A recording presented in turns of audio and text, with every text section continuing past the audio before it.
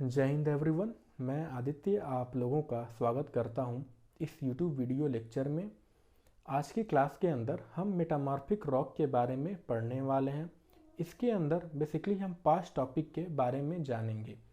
सबसे पहले हम मेटामॉर्फिक रॉक के बारे में देखेंगे कि आखिर मेटामॉर्फिक रॉक क्या होते हैं। उसके बाद जिस प्रोसेस से मेटामॉर्फिक रॉक बनते हैं उस प्रोसेस को मेटामॉर्फिज्म कहा जाता है।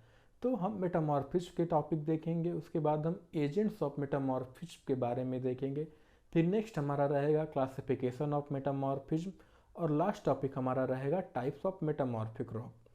इस वीडियो को लेट से अपलोड करने का जो रीज़न था वो मैं आप लोगों को कम्युनिटी टैब में ऑलरेडी पोस्ट करके बता चुका हूँ। तो उस पर टाइम वेस्ट ना करके हम अपने क्लास को शुरू करते हैं।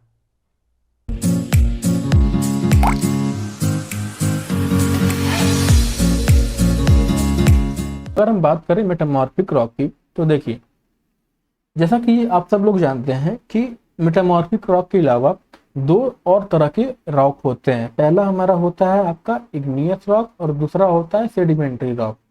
तो जब इग्नियस रॉक या सेडिमेंट्री रॉक के ऊपर हीट का इफेक्ट पड़ता है, प्रेशर का इफेक्ट पड़ता है, या कह सकते हैं केमिकल रिएक्शन का इफेक्ट पड़ता है, तो होता क्या है, इनका जो फॉर्मेशन होता है, क्या होता है, इनका जो फॉर्मेशन होता है वो बेसिकली चेंज हो जाता है। क्या होता है, इनका फॉर्मेशन होता है जो चेंज हो जाता है। तो जो चेंज होने के बाद जो रॉक बनता है उसे बेसिकली हम क्या कहते हैं, मेटामॉर्फिक रॉक कहते हैं। क्या कहते हैं उसे, हम बेसिकली मेटामॉर्फिक रॉक कहते हैं। और ये जो मेटामॉर्फिक रॉक होता है जिस फॉर्मेशन के थ्रू बनता है उसे हम मेटामॉर्फिज्म कहते हैं। क्या कहते हैं उसे, हम बेसिकली आपका मेटामॉर्फिज्म कहते हैं। ठीक है, तो अगर हम इसका डिफिनेशन देखें तो मेटामॉर्फिक रॉक एक टाइप का रॉक होता है जो कि अपने ओरिजिनल फॉर्म से ट्रांसफॉर्म होके बना है। किसके थ्रू बना है, हीट के थ्रू बना है, प्रेशर के थ्रू बना है और केमिकल रिएक्शन के थ्रू बना है, बिना डिसइंटीग्रेट हुए। यानी उनका जो चेंज हुआ फॉर्म इग्नियस और सेडिमेंट्री रॉक से, वो बिना डिसइंटीग्रेशन मतलब क्या होता है, किसी भी रॉक का ब्रेकिंग अपार्ट होना या उनके छोटे छोटे पार्ट में उनका टूट जाना। यानी कि बिना रॉक के टूटे हुए जब उनका फॉर्मेशन होता है, उनके टेक्सचर चेंज हो जाते हैं, उनके मिनरल्स इधर से उधर हो जाते हैं तब रॉक के अंदर, तब उसे मेटामॉर्फिक, उसके बाद जो मतलब फॉर्मेशन होता है उसे बेसिकली हम मेटामॉर्फिक रॉक कहते हैं। ठीक है, उसके बाद हम इसे इस तरह से भी कह सकते हैं कि metamorphic rock means complete alternation, यानी पूरी तरह से बदलाव उनके अपीयरेंस में, जो कि प्री एग्जिस्टिंग रॉक से उनका बदलाव होता है due to change in mineral composition कह लीजिए, टेक्सचर कह लीजिए, थ्रू टेम्परेचर एंड प्रेशर। ठीक है, यहाँ पे इनके कुछ एग्जांपल दे रखे हैं। ये इंपॉर्टेंट क्या कहते हैं मेटामॉर्फिक रॉक के अंदर आते हैं, तो इनके नाम आपको जरूर याद होने चाहिए। कई बार एग्जाम में 4 ऑप्शन दे के आपको पूछ लेता है कि इसके अंदर बताइए कौन सा मेटामॉर्फिक रॉक होता है। तो ये आपके इंपॉर्टेंट रॉक मैंने दे रखा है, तो इस एग्जाम्पल दे रखा है, तो इसे एक बार आप याद कर लीजिएगा। ठीक है, और जैसा कि मैंने आपको बताया कि जो मेटामॉर्फिक रॉक होता है वो बेसिकली जिस प्रोसेस के थ्रू उनका फॉर्मेशन होता है उसे हम क्या कहते हैं, मेटामॉर्फिज्म कहते हैं। ठीक है, ये जो आपका वर्ड मेटामॉर्फिज्म है ये मेटामॉर्फोज शब्द से डिराइव हुआ, जिसका मतलब होता है चेंज इन फॉर्म। क्या होता है मेटामॉर्फोज का मतलब, चेंज इन फॉर्म। ठीक है, अब इसके बाद हम बात करें आपका रीमेटामॉर्फिज्म की, तो मेटामॉर्फिज्म क्या होगा, किसी भी रॉक के मतलब इग्नियस सेडिमेंट्री रॉक के अंदर जो फॉर्मेशन होता है उसे बेसिकली, उस प्रोसेस को बेसिकली मेटामॉर्फिज्म कहते हैं। और जब यही मेटामॉर्फिज्म का प्रोसेस दोबारा दोहरा देता है किसी रॉक के ऊपर, और किसी रॉक के ऊपर क्या आपका मेटामॉर्फिक रॉक के ऊपर ही दोहराएगा, तो जब ये दोहरा देता है तो उसे बेसिकली हम क्या कहते हैं, रीमेटामॉर्फिज्म कहते हैं।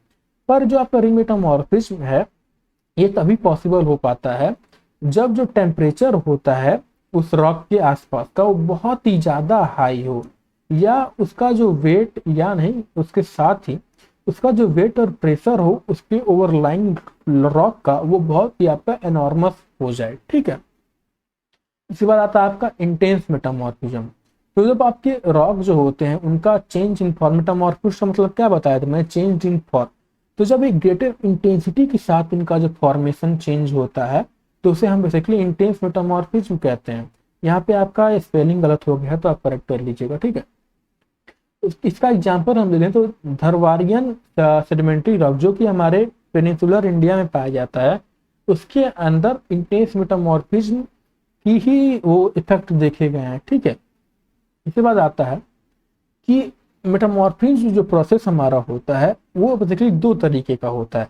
पहला होता है हमारा फिजिकल मेटामॉर्फिज्म और दूसरा होता है हमारा केमिकल मेटामॉर्फिज्म। तो फिजिकल मेटामॉर्फिज्म तो उसको तब हम कहते हैं जब रॉक के अंदर से टेक्सचर कंपोजिशन जो हो उसका चेंज हो, तो आपका फिजिकल मेटामॉर्फिज्म के अंदर आता है।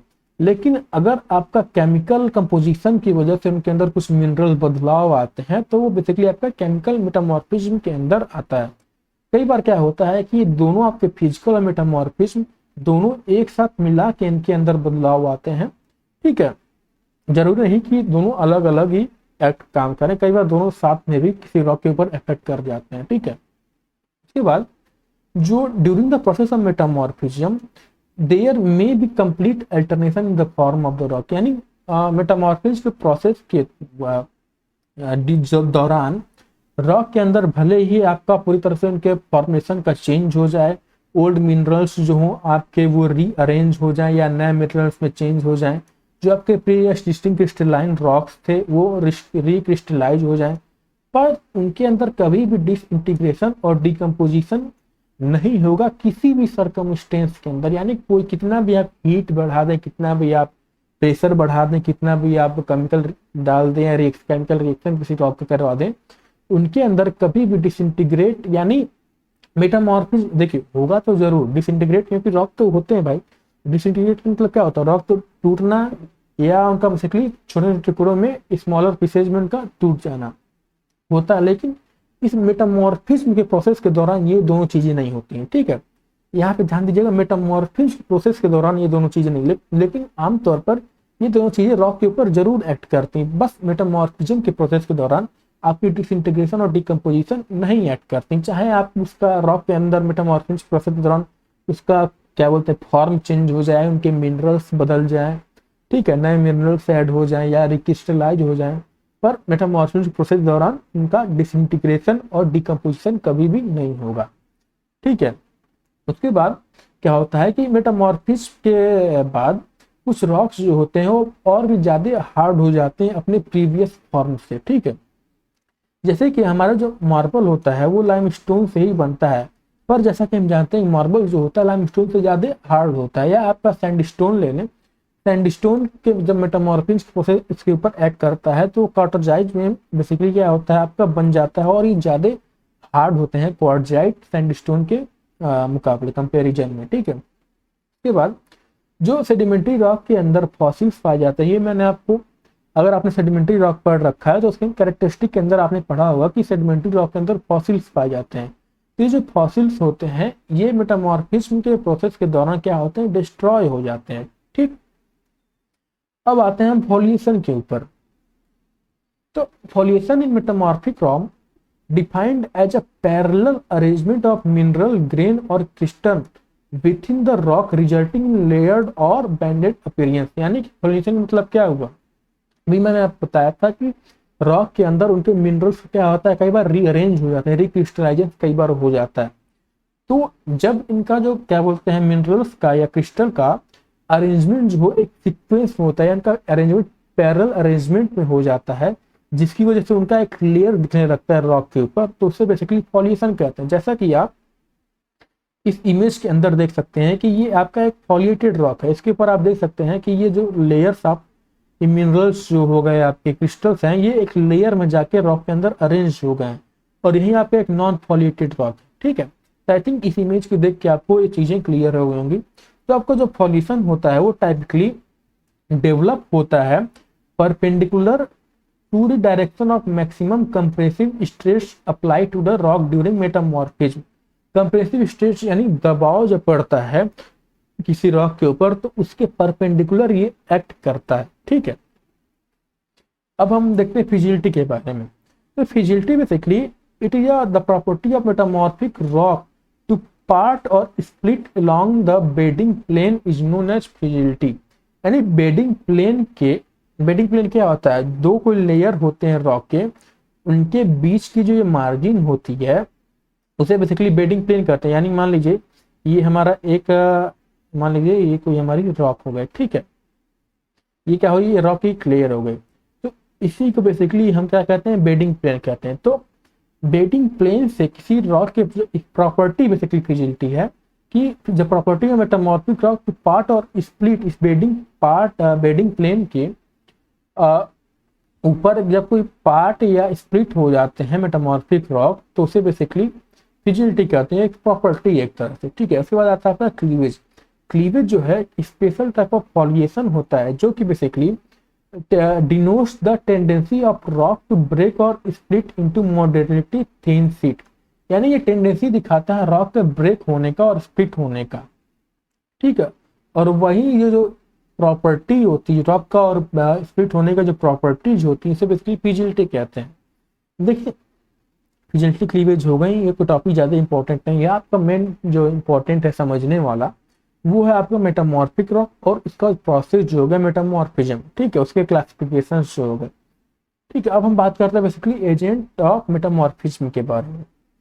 तो एजेंट ऑफ मेटामॉर्फिज्म के बारे में बेसिकली तीन चीज आती है। एक आपका हीट आ जाता है, दूसरा आपका कंप्रेशन आता है, थर्ड आता है आपका सॉल्यूशन। तो हीट जो है एक क्रूशियल एजेंट माना जाता है मेटामॉर्फिज्म का, ठीक है। It can be generated by various process. अब हीट जो है जमीन के अंदर कई अलग प्रोसेस के थ्रू बन सकता है। जब पहला हो गया, आप मान लीजिए कि हमारी लैंड सरफेस हो गई। अगर आपने अर्थ के बारे में जब पढ़ा है तो उसके अंदर आपने एक चीज पढ़ी होगी कि जब भी जैसे हम अर्थ के सरफेस से नीचे जाते हैं तो जो आपका टेम्परेचर होता है वो बढ़ता जाता है।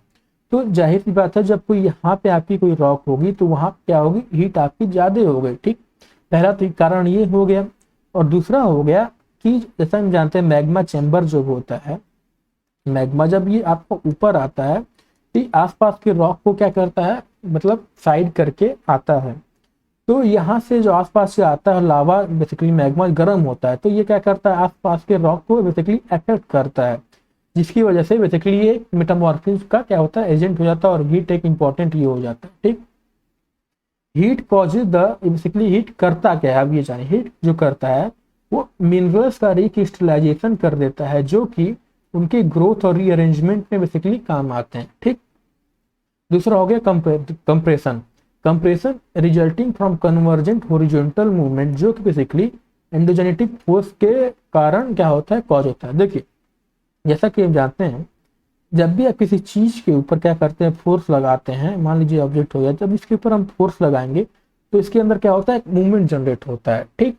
और मूवमेंट जनरेट होने के कारण क्या होता है, और जब इसी के ऊपर हम दोनों तरफ से फोर्स लगाएं तो मूवमेंट जनरेट होने के कारण क्या होता है, कई बार ये आपस में फोल्ड हो जाते हैं। तो वही यहाँ दे रखा है कि जब कंप्रेशन के कारण हम इसके ऊपर जो एंडोजेनेटिक फोर्स लगता है उससे क्या होता है, आपका एक मूवमेंट जनरेट होता है, जो उस मूवमेंट का नाम है कन्वर्जेंट हॉरिजॉन्टल मूवमेंट। और उस मूवमेंट से क्या होता है, उनके अंदर बेसिकली रॉक बेड के अंदर फोल्डिंग हो जाती है। अब जाहिर सी बात है किसी रॉक के अंदर फोल्डिंग होगी, लेकिन ध्यान दीजिएगा रॉक टूटती नहीं है।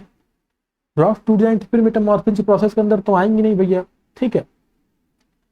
तो फिर वो एजेंट हो ही नहीं जाएगी। जब रॉक बिना टूटे उनके ऊपर कंप्रेसर लगे और रॉक फोल्ड हो जाए बिना टूटे तो बेसिकली कंप्रेशन के अंदर आता है। Third resultant pressure from compressive force and folding changes the form and composition of parent rock. This factor become operative during mountain building। ये सब हमने पहले ऑलरेडी डिस्कस कर चुका है, फोल्डिंग हो गई, माउंटेन बिल्डिंग हो गई, ठीक है। तीसरा आता है solution. Chemically active hot gases and water passing through the rocks change their chemical composition, ठीक है। यहाँ बेसिकली एजेंट के अंदर क्या दे रखा था कि ये हीट कंप्रेशन और सॉल्यूशन किस तरह से रॉक को ऊपर प्रभाव डालते हैं। अब हम बात करते हैं आइए टाइप्स ऑफ मेटामॉर्फिज्म के बारे में। तो अगर हम बात करें मेटामॉर्फिज्म के टाइप्स के बारे में, बेसिकली मेटामॉर्फिज्म के 4 टाइप्स होते हैं। पहला हमारा होता है कॉन्टेक्ट मेटामॉर्फिज्म, दूसरा होता है रीजनल, थर्ड होता है आपका हाइड्रो और फोर्थ होता है आपका हाइड्रोथर्मल मेटामॉर्फिज्म। देखिए बुक के अंदर आपका 2 तरह से पहले इनका और दे रखा है टाइप, फिर इसका दोनों का मिला के आपको कंपोजिशन टाइप दे रखा है, ठीक है। कंपोजिशन टाइप बेसिकली इस तरह से आप समझ लीजिए। जब आप बुक पढ़ें तो आपको ये क्लियर हो जाएगा, कन्फ्यूजन वहाँ पैदा होगा, इसलिए मैं आपको पहले बता दे रहा हूँ कि मान लीजिए जैसे कोई टाइप ए आपका हो गया, ठीक है, और टाइप बी हो गया। कई बार होता है क्या, टाइप ए के अंदर कुछ सिमिलरिटी है, टाइप बी के अंदर भी दोनों एक तरह का चीजें बता रहे हैं, तो इन दोनों को मिला के एक अलग टाइप बनाया जाता है जिसे कंपोजिशन टाइप कहा जाता है। तो वही बेसिकली आपको, मैं आपको कंपोजिशन टाइप बता रहा हूँ। आप बुक देखोगे तो आपको ये जो मैं बोल रहा हूँ समझ में आ जाएगा, ठीक है। आइए एक एक करके हम इनको देखते हैं। तो कॉन्टेक्ट मेटामॉर्फिज्म तब ऑकर होता है जब जो रॉक होते हैं हमारे कांटेक्ट में आते हैं हाई टेम्परेचर की, बेसिकली हीट सोर्स कह सकते हैं। और हीट सोर्स जैसे मैंने बताया दो तरीके का होता है, या तो बहुत ही रॉक अगर नीचे है तो वो हीट जो टेम्परेचर जो इंक्रीज होता है नीचे जाने की वजह से, उस वजह से भी हो सकता है। और दूसरा कि जब आपका जो मैग्मा ऊपर आता है, ठीक है, मैग्मा जब ऊपर आता है तो वो क्या करता है, ये आपका क्या है, ये आपका डाइक हो गया। डाइक बेसिकली क्या करते हैं, जब मैग्मा इस तरीके से इस ऊपर आता है और वहीं पे जम के इस तरह का कोई स्ट्रक्चर का फॉर्मेशन करता है, उसे डाइक कहते हैं, ठीक है।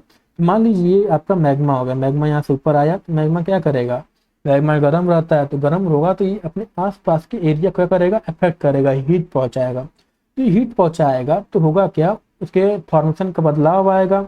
उस फॉर्मेशन बदलाव की वजह से जो आपका रॉक बनता है उसे बेसिकली मेटामॉर्फिक रॉक कहते हैं। और ये जिस प्रोसेस के थ्रू बनता है वो कॉन्टेक्ट मेटामॉर्फिज्म के अंदर आ जाता है, ठीक है। जैसे कि आप देख सकते हैं यहाँ पहले पूरा लाइमस्टोन था, लाइमस्टोन के ऊपर जब हीट पड़ा तो बेसिकली वो आपका मार्बल के अंदर क्या हो गया, चेंज हो गया, ठीक है।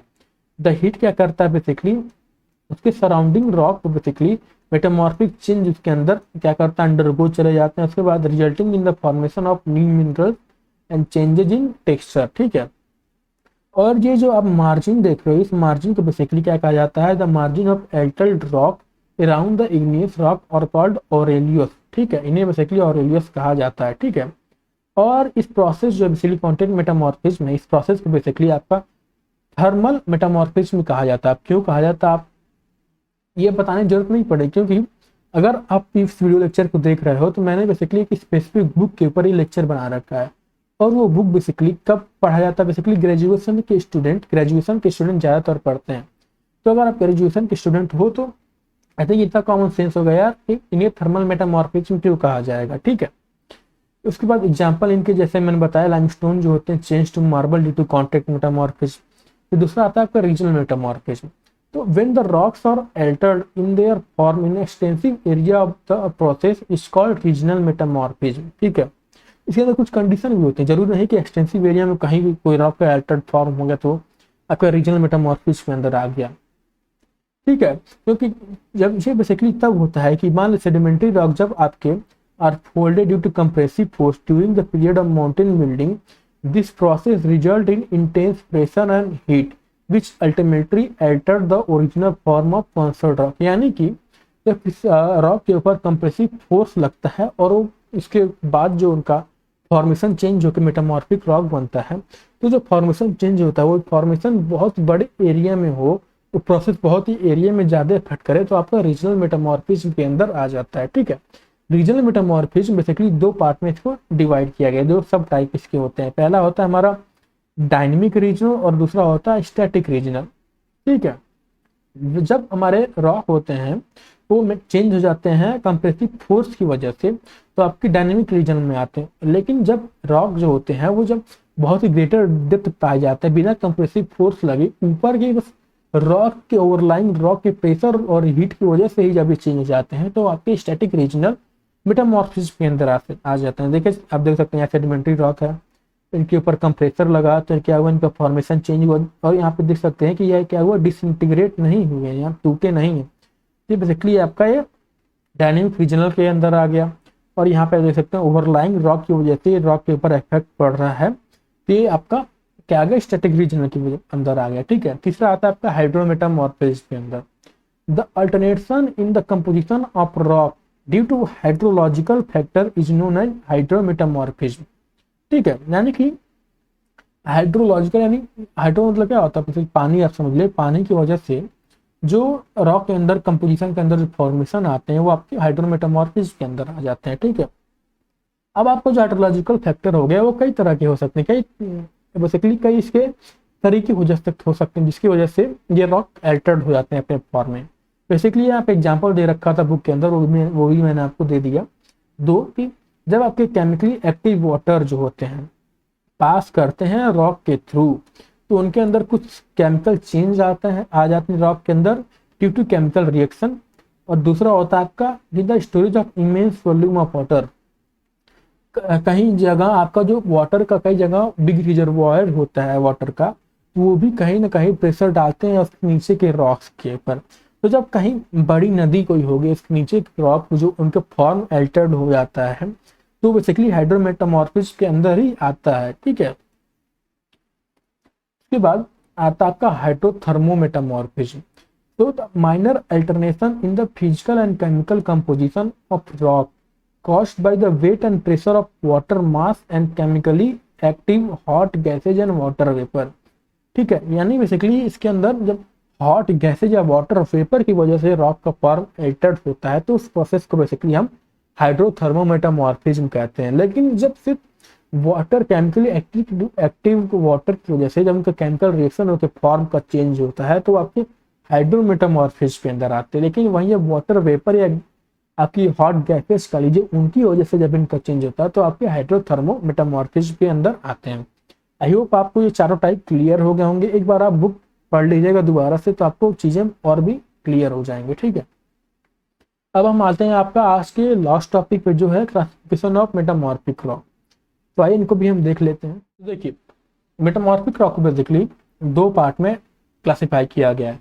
पहला आपका होता है मेटा सेडिमेंट्री या कह सकते हैं पैरा सेडिमेंट्री रॉक, और दूसरा होता है मेटा इग्नियस और ऑर्थो मेटामॉर्फिक रॉक। ये जो आप क्लासिफिकेशन देख रहे हो मेटा सेडिमेंट्री या मेटा इग्नियस, ये पेरेंट रॉक के ओरिजिन के आधार पर है। ठीक है, इसके अलावा भी कई चीज के आधार पर क्लासिफिकेशन किया गया, लेकिन बुक के अंदर बेसिकली आपका ये दे रखा था। तो ठीक है, तो मेटा सेडिमेंट्री किसको कहते हैं? ठीक है, मेटा सेडिमेंट्री रॉक या कह सकते हैं पैरा सेडिमेंट्री रॉक किसको कहते हैं? बेसिकली ये उन मेटामॉर्फिक रॉक को कहा जाता है जो कि form due to alteration of the form of, basically जो सेडिमेंट्री रॉक के अंदर जो फॉर्मेशन आके जिस रॉक का फॉर्म अल्टरेशन जो उनका फॉर्म के अंदर जो उनका चेंज होता है उसकी वजह से जो रॉक फॉर्म होता है वो आपका मेटा सेडिमेंट्री के अंदर आता है। और वहीं जब इग्नियस रॉक की वजह से मेटामॉर्फिक रॉक का फॉर्मेशन होता है, इग्नियस रॉक की वजह से नहीं, इग्नियस रॉक से मेटामॉर्फिक रॉक के अंदर जो फॉर्मेशन होता है वो आपका मेटा इग्नियस के अंदर आता है। ठीक, जैसे कि अगर आप मेटा सेडिमेंट्री का बात कर लें तो लाइमस्टोन का बेसिकली आप मैंने बता चुका था, जो कि मार्बल से लाइमस्टोन जब मार्बल बन जाता है या आपका सैंडस्टोन जो हो गया क्वार्टराइज में चेंज हो जाता है या आपके सेल्स जो हो स्लेट में बदल जाते हैं। ठीक है, और वहीं इग्नियस के अंदर बात करें तो ग्रेनाइट जो होते हैं आपके इग्नियस रॉक के अंदर आते हैं। जब ये ग्रेनाइट जेनेसिस में बदल गए या आपके गैब्रो हो गए, सेरेपेटाइन बदल गए, तो ये होगा इससे एग्जाम्पल। ठीक है,